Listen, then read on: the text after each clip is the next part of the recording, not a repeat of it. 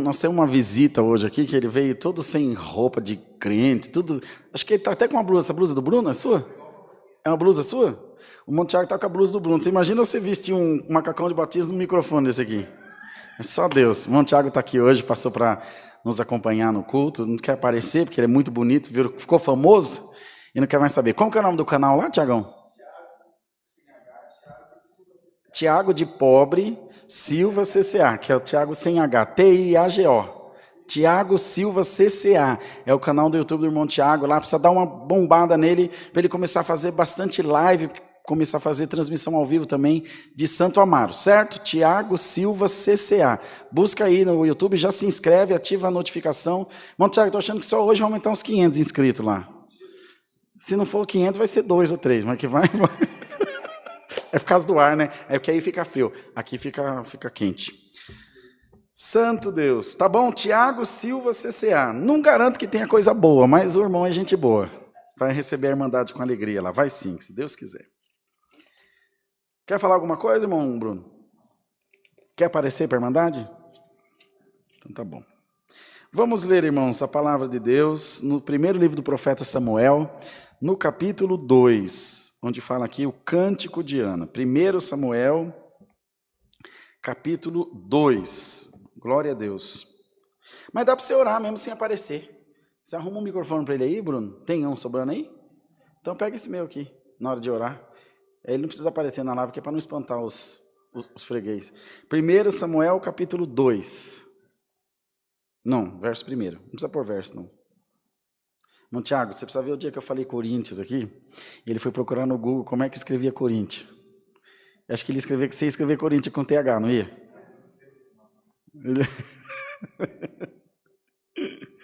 1 Samuel, capítulo 2. Pode já, irmão Bruno? Vamos ler com a ajuda de Deus. Então Ana orou e disse: O meu coração exulta ao Senhor. O meu poder está exaltado no Senhor. A minha boca se dilatou sobre os meus inimigos, porque me alegro na tua salvação. Não há santo como é o Senhor, porque não há outro fora de ti. E rocha nenhuma há como nosso Deus. Não multipliqueis palavras de altíssimas altivezas, nem saiam coisas árduas da vossa boca, porque o Senhor é o Deus da sabedoria, e por ele são as obras pesadas na balança.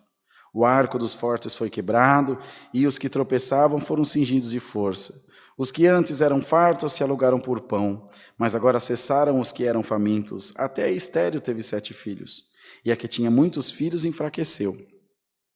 O Senhor é o que tira a vida e a dá, faz descer a sepultura e faz tornar a subir dela. O Senhor empobrece e enriquece, abaixa e também exalta. Levanta o pobre do pó e desde o esterco exalta o necessitado, para o fazer assentar entre os príncipes, para o fazer herdar o trono de glória, porque do Senhor são os alicerces da terra, e assentou sobre eles o mundo. Os pés dos seus santos guardará, porém os ímpios ficarão mudos nas trevas, porque o homem não prevalecerá pela força. Os que contendem com o Senhor serão quebrantados, desde o céu trovejará sobre eles. O Senhor julgará as extremidades da terra e dará força ao seu rei e exaltará o poder do seu ungido. Então Eucana foi-se a Ramá, sua casa, porém o menino ficou servindo ao Senhor perante o sacerdote Eli. Até aqui, irmãos. Amém.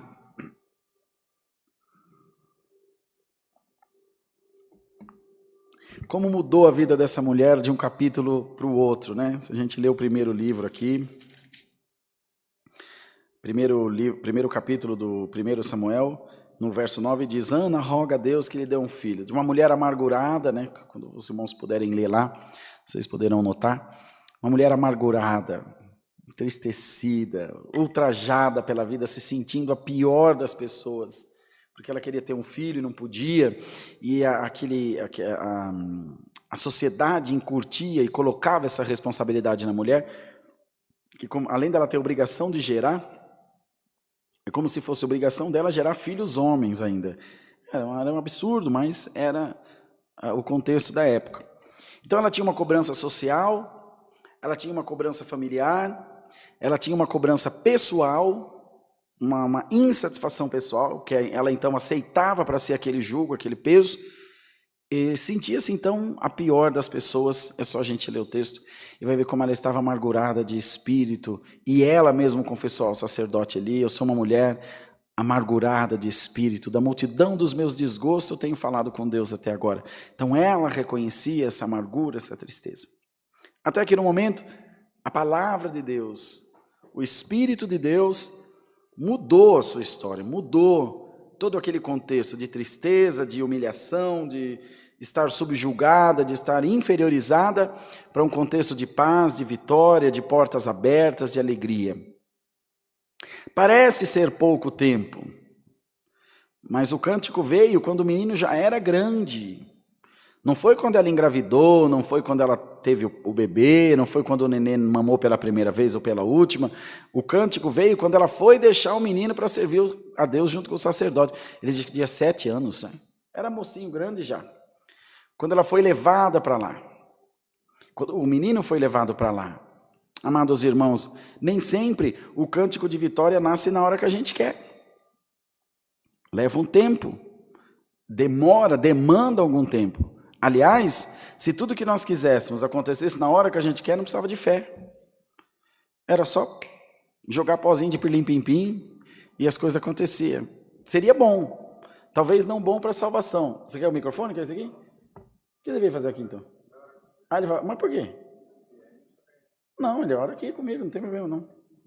Acho que o Bruno está querendo aparecer na live, mas já é a segunda vez que ele vem aqui.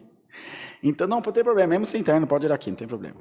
Então, demora, é um parto, para nascer o milagre na nossa vida, leva um tempo, demanda um tempo. Por isso que a palavra fala orar e perseverar em oração. É sofrido, irmão, é doído, não é fácil esperar.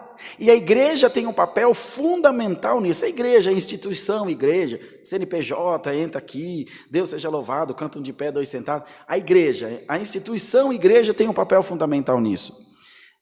Eu vejo a igreja, instituição, como estou dizendo, como um alcoólico anônimo, um terapeuta ocupacional, um coaching, um psicólogo, materialmente falando. A igreja tem essa influência material na vida das pessoas, que é de promover o bem, promover o bem-estar e, acima de tudo, incutir na mente das pessoas um estado de otimismo permanente, não de alienação, né? Aquela pessoa que está sempre feliz porque ele não tem noção, não tem uma conta para pagar, não sabe como as coisas estão, ele não está nem aí para o mundo, não sabe quem é o presidente, não sabe do Covid, não sabe de nada. Não. Não é um estado de alienação, é bem ao contrário, é ter consciência do mundo que vive, saber exatamente o que está se passando, saber da gravidade das dificuldades que está passando, mas ainda assim dizer, eu confio no Senhor, eu tenho uma estrutura que me apoia, que me incentiva, que cuida de mim, que é a igreja, e eu não vou me deixar enlouquecer por isso. É fácil? Em absoluto, é extremamente difícil, mas é possível. É um processo de aperfeiçoamento, um processo de crescimento espiritual, um processo que nos vai levar mais próximos do Senhor, que nos vai levar mais próximos de Deus, um passo de cada vez. Se você fizer uma caminhada de 1 quilômetro, quando você tiver andado 1 metro, falta 999 metros, e 998, e 910, até que você chega. Mas é um de cada vez. Por maior que seja o pulo que você der para economizar etapas, economizar passos, ainda assim não será do total que você precisa percorrer. Talvez, se você der um pulo de 100 metros, se você for sobrenatural, for filho de um sapo, por exemplo, você vai precisar dar 10 pulos de 100 metros. E assim por diante. Então, a fé, ela é trabalhada, irmãos. Ela é treinada. A fé, ela é praticada. A palavra fala prática da fé. Se é prática, é treino, é tentativa e erro, é tentativa e êxito, é sucesso e alguns insucessos. Em alguns momentos eu vou alcançar alguma coisa pela fé, em outros momentos eu não vou alcançar porque a fé não foi suficiente. É como você comprar um carro de 10 mil tendo só 5 mil. Você não vai conseguir comprar. Falta saldo, falta recurso. Talvez você compre um carro de 5 mil. Entende? E a fé, ela é praticada. A fé, ela é treinada no nosso coração. Mas não é treinada vindo para a igreja, não é treinada cantando um hino, não é treinada pegando a palavra. Ela é treinada vivendo, um dia atrás do outro, um dia atrás do outro, aprendendo, errando. Diga-se de passagem, a gente aprende infinitamente mais errando do que acertando. Porque só se aprende mesmo com os erros. O êxito, na maioria das vezes, nos engoda, nos encanta, faz com que nós nos achemos melhor do que nós efetivamente somos, e depois vira uma tragédia, uma derrota na vida da pessoa, porque o pior não é ela ser ruim, é ele achar que é bom. Aí é triste, hein? Aí a pessoa sofre e os que estão à volta sofrem também. Um pregador achar que prega muito quando não prega nada, em vez de buscar, orar, pedir, então ele vai se afundando cada vez mais. Um profissional, um aluno de escola, um marido, uma esposa e assim por diante. E Ana foi recorrer ao único recurso que ela tinha, a igreja. Ela foi falar com o Senhor, mas foi orar na igreja. Você vê que engraçado? Ela podia ter orado na rua, podia ter orado no banheiro, lavando louça, lavando roupa na casa. Ela foi orar na igreja. Porque na humanidade, para o homem em geral, a instituição igreja tem um papel fundamental, importantíssimo. Eu penso que o dia que forem extintas as igrejas e a religião como um todo, e nós viramos ateus, sei lá, que nós parecemos caminhar para isso, a vida vai perder o sentido. O que vai ser da nossa vida se na hora de uma angústia, de uma luta, você não tiver um Deus a quem recorrer? Mesmo que você não creia, mesmo que você seja pecador, mesmo que você seja errado, aquilo traz um conforto. Ela precisava ir na igreja para Deus ouvir ela? É evidente que não. Mas para ela foi importante estar lá. Para ela foi importante ir até a presença do Senhor, na concepção dela, porque o Senhor está em todo lugar, mas estava lá. Para ela, ele estava lá.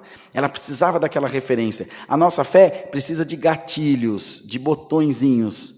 Um pega o olhinho ungido, outro ora no monte, outro ora na madrugada, outro faz jejum e assim por diante. São gatilhos, são artifícios que acionam a fé racional aqui na nossa mente e nos faz alcançar as coisas sobrenaturais de Deus. Irmãos, servir a Deus vai muito mais além do que toda a nossa concepção humana possa alcançar. Servir a Deus vai muito mais longe do que só estar na igreja. Servir a Deus deve gerar em nós um reflexo de bem-estar, de contentamento, de realização, de sensação de dever cumprido, de paz interior, de paz consigo mesmo.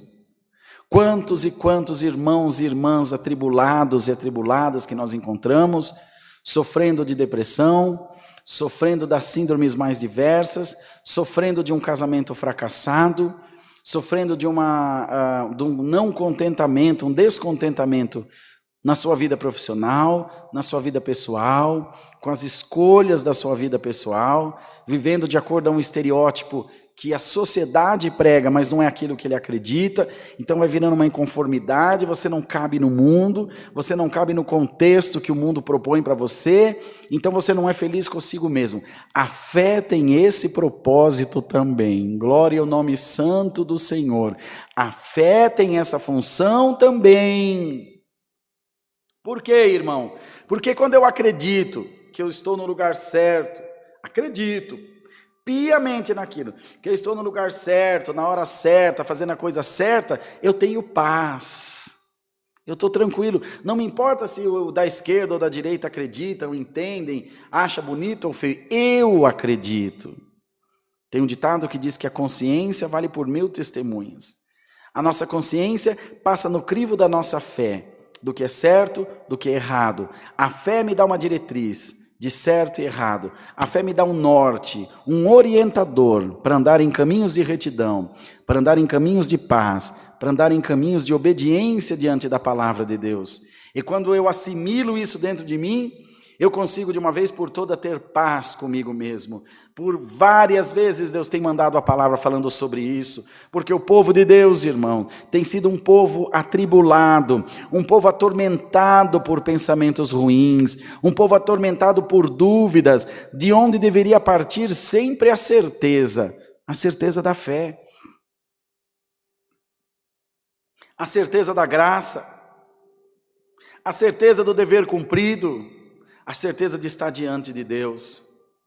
Mas nós passamos a nossa vida toda tentando mostrar para o pastor, mostrar para o membro, mostrar para a sociedade, para não sei mais quem. Eu estou certo, eu estou fazendo a coisa certa, eu estou indo no caminho certo, quando na verdade seria suficiente que apenas nós crescemos nisso.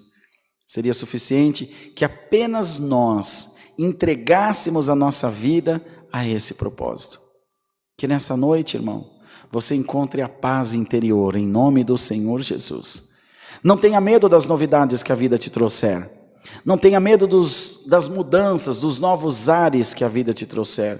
Viva tudo o que você puder viver na presença de Deus. Não se arrependa de nada. Arrependa-te de não ter feito alguma coisa. E se nesse processo você fizer alguma coisa errada, busca a misericórdia de Deus. Mas nunca deixe de tentar ser feliz. Glória a Deus. Nunca deixe de tentar e buscar a sua realização pessoal. De buscar os seus propósitos, os seus projetos, os seus sonhos. Mas, irmão, a minha mulher não acredita, meu marido não acredita, a minha família não acredita, mas se você acreditar, já deu certo no nome do Senhor Jesus, porque no final das contas, vai ser você e só você. Sonho não se divide, não é que nem comida, que nem Coca-Cola, que nem roupa. Sonho se vive, é único, só serve para o dono. É que nem filho. O filho mais bonito do mundo é o meu. E o seu é o seu. Já os pais do irmão Bruno não podem dizer a mesma coisa. Mas é assim. Só serve... Quem que tem razão numa briga? Eu ou você? É claro que eu vou achar que sou eu. E por mais que eu saiba que você tem, eu nunca vou admitir. Autopreservação, defesa das suas concepções e daquilo que você acredita ser certo. Essa noite, essa palavra vem dizer a você, está sendo gerado um cântico de vitória na tua vida. Bendito seja o nome do Senhor, aleluia. Está sendo composto um cântico de vitória na tua vida. Uma vitória interior, uma vitória sua, particular, íntima, que será cantada, comemorada entre você e o teu Deus. A vitória de deitar e dormir de consciência em paz. A vitória de estar na casa do Senhor de coração aberto. A vitória de encarar o mundo aí fora de cabeça erguida. A vitória de lutar por aquilo que você acredita, independente de religião, independente de sexo, independente de gênero, independente de qualquer outra coisa. A paz interior. Irmãos, creiam nesta santa palavra. Hoje Deus vem trazer pela sua palavra a santa paz de Deus na vida da igreja. A igreja de Deus tem estado inquieta e atribulada. Tem sido perseguida em todo o tempo pela nossa mente. Os nossos pensamentos têm deposto contra nós. Tem lutado contra nós e nos tem feito regredir na fé, nos tem feito nos afundar em abismos tão profundos que a igreja não alcança, que a família não alcança, que a sociedade não alcança, mas a palavra de Deus alcança, irmãos. Glória ao nome do Senhor, a palavra do Senhor alcança, o amor de Deus alcança. A graça de Deus alcança. Que o Senhor faça nascer em nós, por essa santa palavra, as virtudes do seu Espírito Santo. E faça nascer em nós uma graça maravilhosa.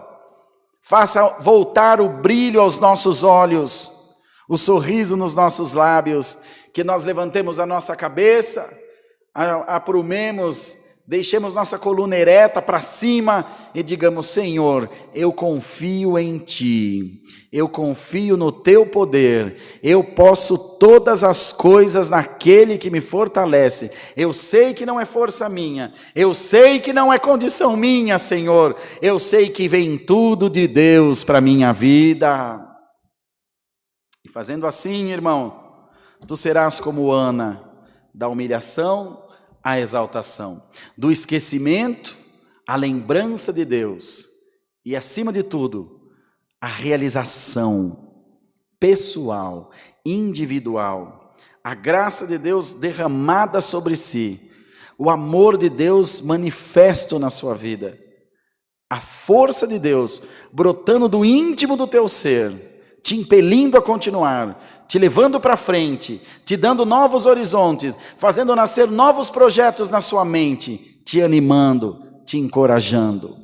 Em nome do Senhor Jesus, seja encorajado essa noite pela palavra de Deus.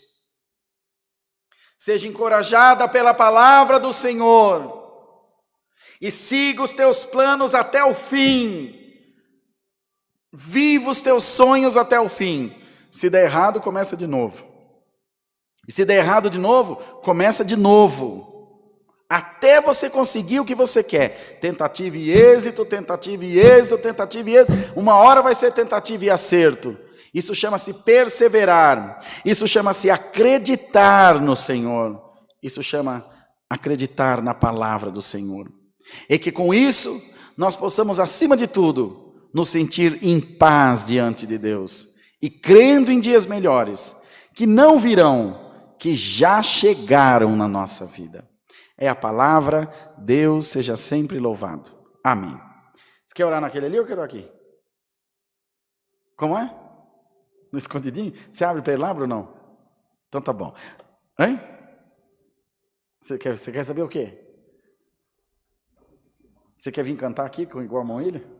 Então tá bom. Vamos ajoelhados, agradecer a Deus em oração, em nome do Senhor Jesus. Amém. Amém. Aleluia. Glória a Deus. Glória a Deus. Glória a Deus. Aleluia, Senhor. Soberano Deus e eterno Pai, nós agora, Senhor, mais uma vez nos dobramos diante da Tua presença em oração para agradecer por este culto, Pai, pelos hinos que Tu nos deste, pela oração, Pai, por tudo, Pai, que o Senhor até aqui nos guiou, Pai. Oh, Pai, nós Te louvamos e Te agradecemos, bendizemos o Teu nome pela Tua palavra, Pai, porque ela é a guia, Pai, ela é o mapa do tesouro daquele que crê, Pai. Te louvamos e Te agradecemos porque cremos, Pai, que o Senhor falou, Pai, a cada vida, a cada alma, na porção que cada um de nós necessitamos, Pai. Te louvamos e Te agradecemos pela vida do irmão Rodrigo, Pai, que esteve na presidência desse culto. Agora, Pai, eu quero pedir por todos que no decorrer do culto também apresentou os pedidos de oração, apresentou a causa, apresentou a família, casamento. Senhor, nós estamos passando por momentos que, de fato, como a palavra ela foi exortada, nós temos que exercer, viver, perseverar na verdadeira fé. Sim, na intimidade contigo, Pai, independente do homem, independente do pastor, da denominação, independente da aparência, Pai. Muito mais que isso, temos que ser íntimos contigo, Pai, porque a resposta certa vem do Senhor. Senhor, que nós possamos, através dessa palavra, entender a Tua vontade, o Teu querer, Pai, sobre as nossas vidas, em nós, Pai, e que em tudo o Teu nome venha a ser glorificado. Te louvamos, Pai, Te agradecemos e todas essas bênçãos a Te pedimos, em nome de Jesus Cristo, aquele que vive e reina para todo sempre. Amém. Glória a Deus. Louvado seja o nome do Senhor. Aleluia. Deus seja louvado, irmãos. Amém.